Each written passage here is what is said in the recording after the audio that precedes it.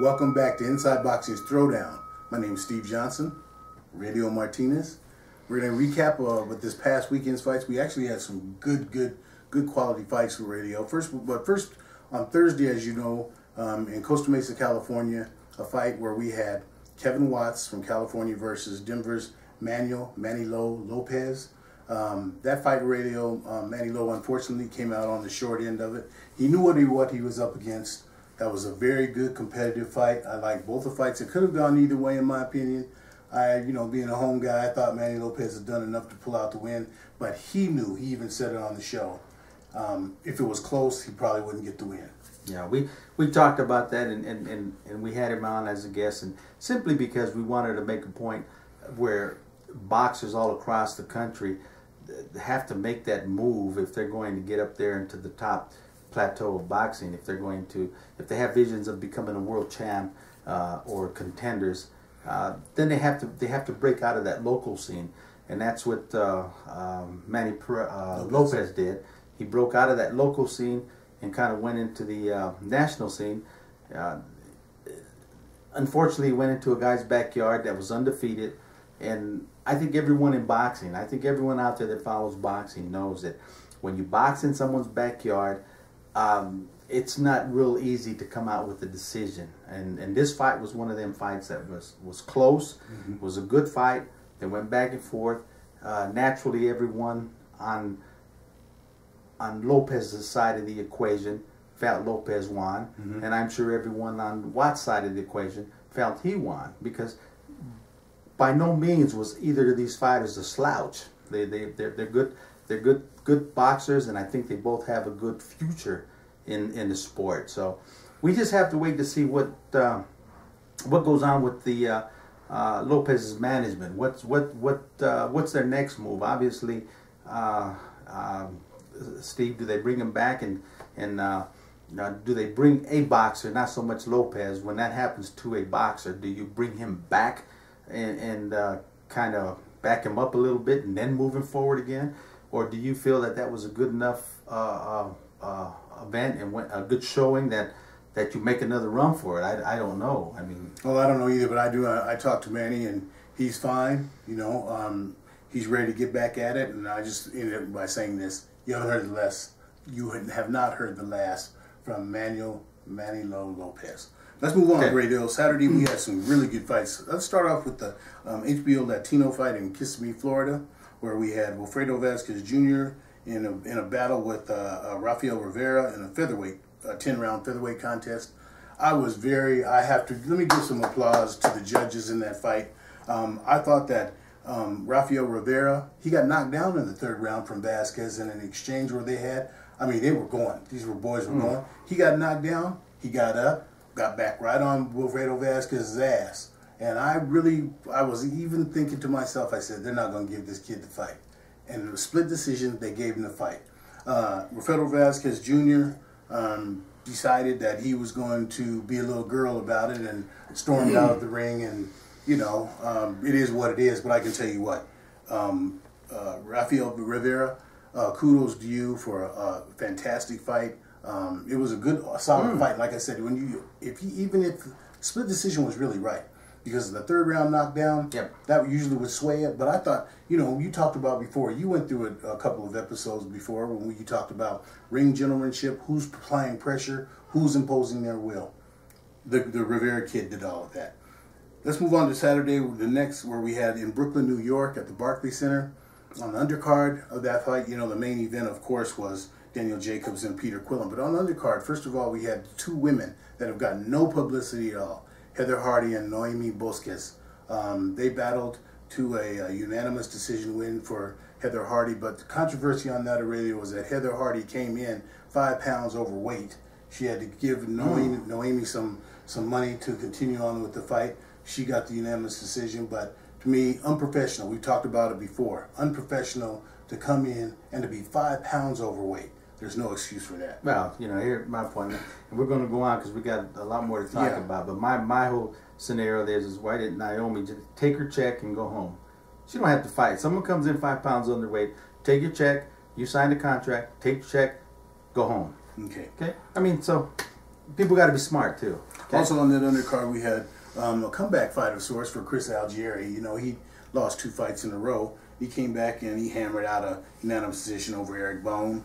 The most important thing for Algieri is that after his last defeat to, his first defeat to Manny Pacquiao, he changed trainers, and John David Jackson looks like he's shown an improvement under John David Jackson. Okay. The next fight that we had Jesus Cuellar, won his 11th fight in a row with a unanimous decision win over Jonathan Oquendo. And that was a featherweight title bout. I think Jesus Cuellar is I don't know. Yeah. He's right there. Oquendo couldn't do anything with him. Cuellar, I think he's going to have to step up his level of competition. We'll see how it goes. I'm looking forward to this. Let's talk about this main event where we had Daniel Jacobs, who's the middleweight champ, and going against the former champ, Peter Kid Chocolate Quillin. Radio, I thought that this was going to at some point turn into a fight. Yeah. And it wasn't at some point. It right out the box it turned it into a fight. You know, that's the thing that you talk about. No warm up, the bell rings and they're out to prove a point. Yeah. You know, and of course Quillin got the short end of the stick. He was the one that was up looking at the lights on the ceiling. No, he wasn't. He wasn't like that. Figure of speech. Yeah, okay. He ended up getting stopped and lost the fight, which is okay. So obviously he goes back to the drawing board. I think he's still a good name. He's still a big name. So I think he still has. It's not over for him. He can regroup. Well, let me tell you, he can regroup. I do think it's over for him. Just by comments he made after the fight.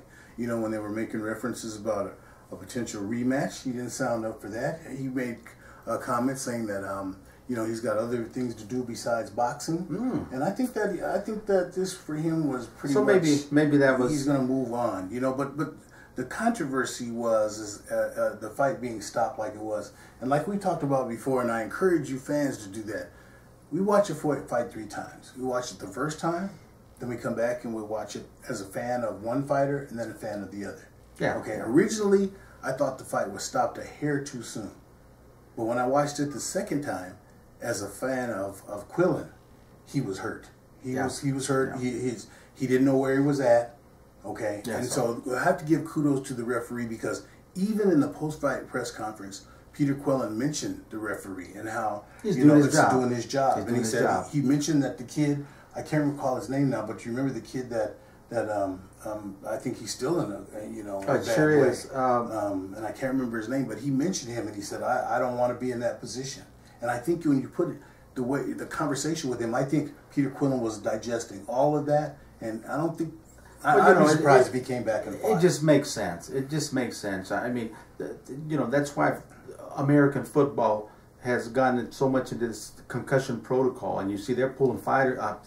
They're pulling out players. That's right. All the time, taking them to do this concussion protocol, because it is a serious situation. Yes, it is. And in boxing, of course, the blows are all to the head. So yes. So it has to be the same. So obviously you have to take that in consideration. I think Quillin did.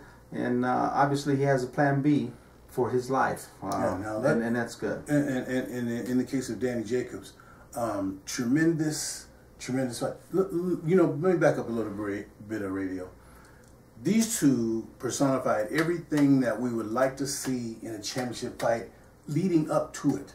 These boys are both from New York, and this was about for the pride of New York, pride of Brooklyn, actually. But more important, there was no nasty comments. I mean, they both made it plain. I'm gonna kick this. Both of them. I'm gonna kick the other boy's ass. But there was, all the way class. Yeah, there's no.